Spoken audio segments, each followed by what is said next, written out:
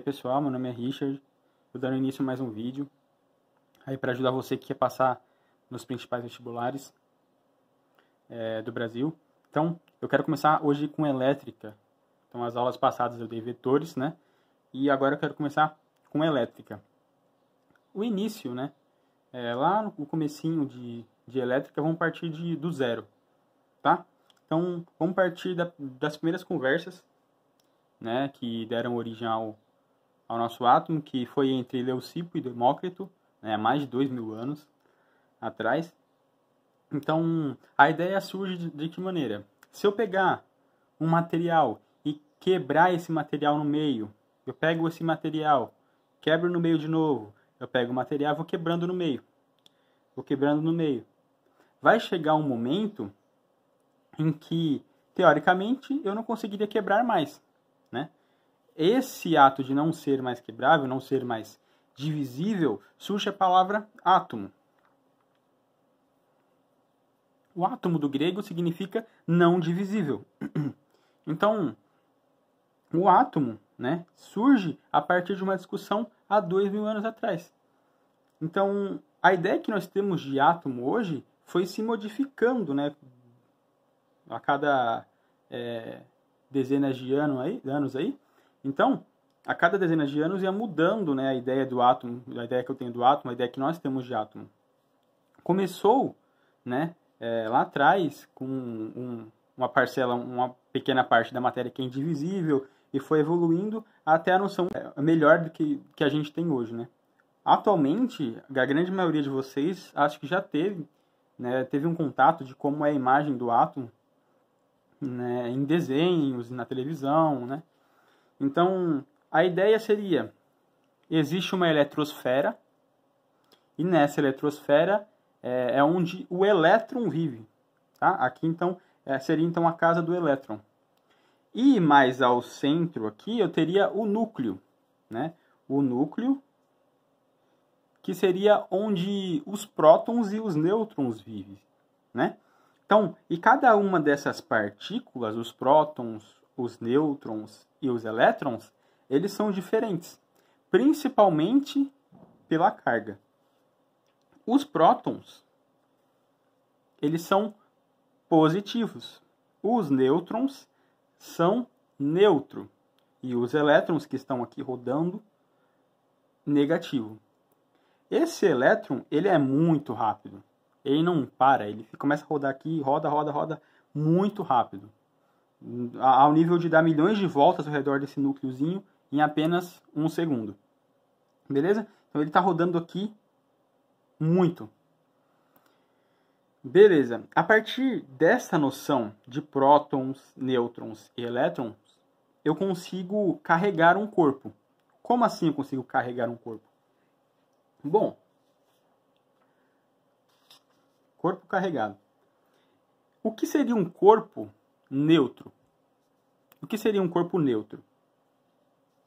Um corpo neutro é aquele que possui o mesmo número de prótons e elétrons. Ou seja, o número de prótons é igual ao número de elétrons.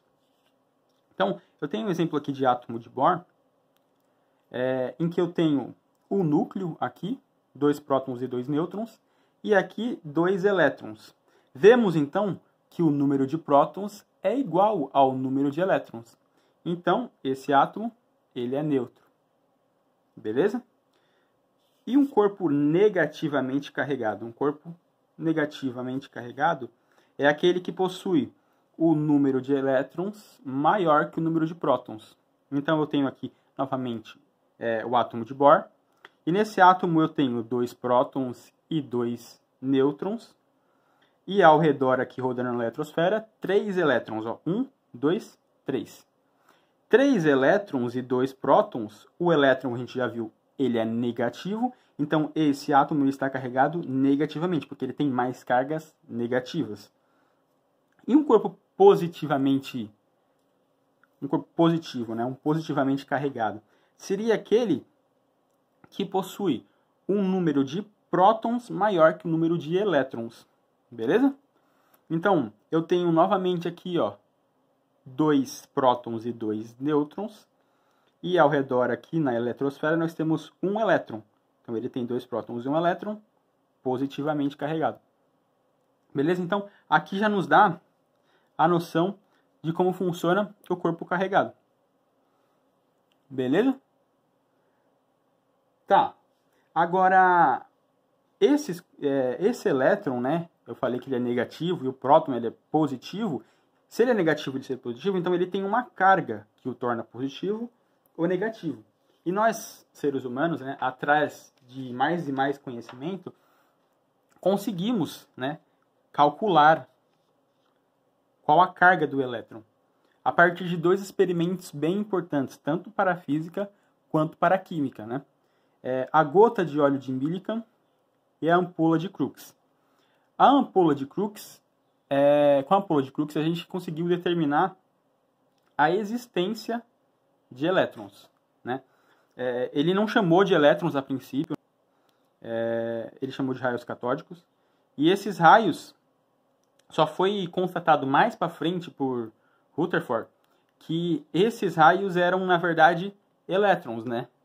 Então, graças ao experimento de Crookes, né, a ampola de Crookes, surge ali a ideia de elétrons, né? E a gota de óleo de Millikan foi possível, com esse experimento, foi possível a gente calcular qual era a massa do elétron e qual era a nossa carga do elétron também. Então, esses 2 experimentos foram muito importantes, tanto para o desenvolvimento da física, quanto para o desenvolvimento da química, né? Os 2 lados da ciência aí, que na verdade podemos juntar em um só, bebem dessa mesma fonte. Ok. Então, foi determinado, a partir desses experimentos, que a carga do elétron é menos 1,6 vezes 10 a menos 19 coulomb. Lembra?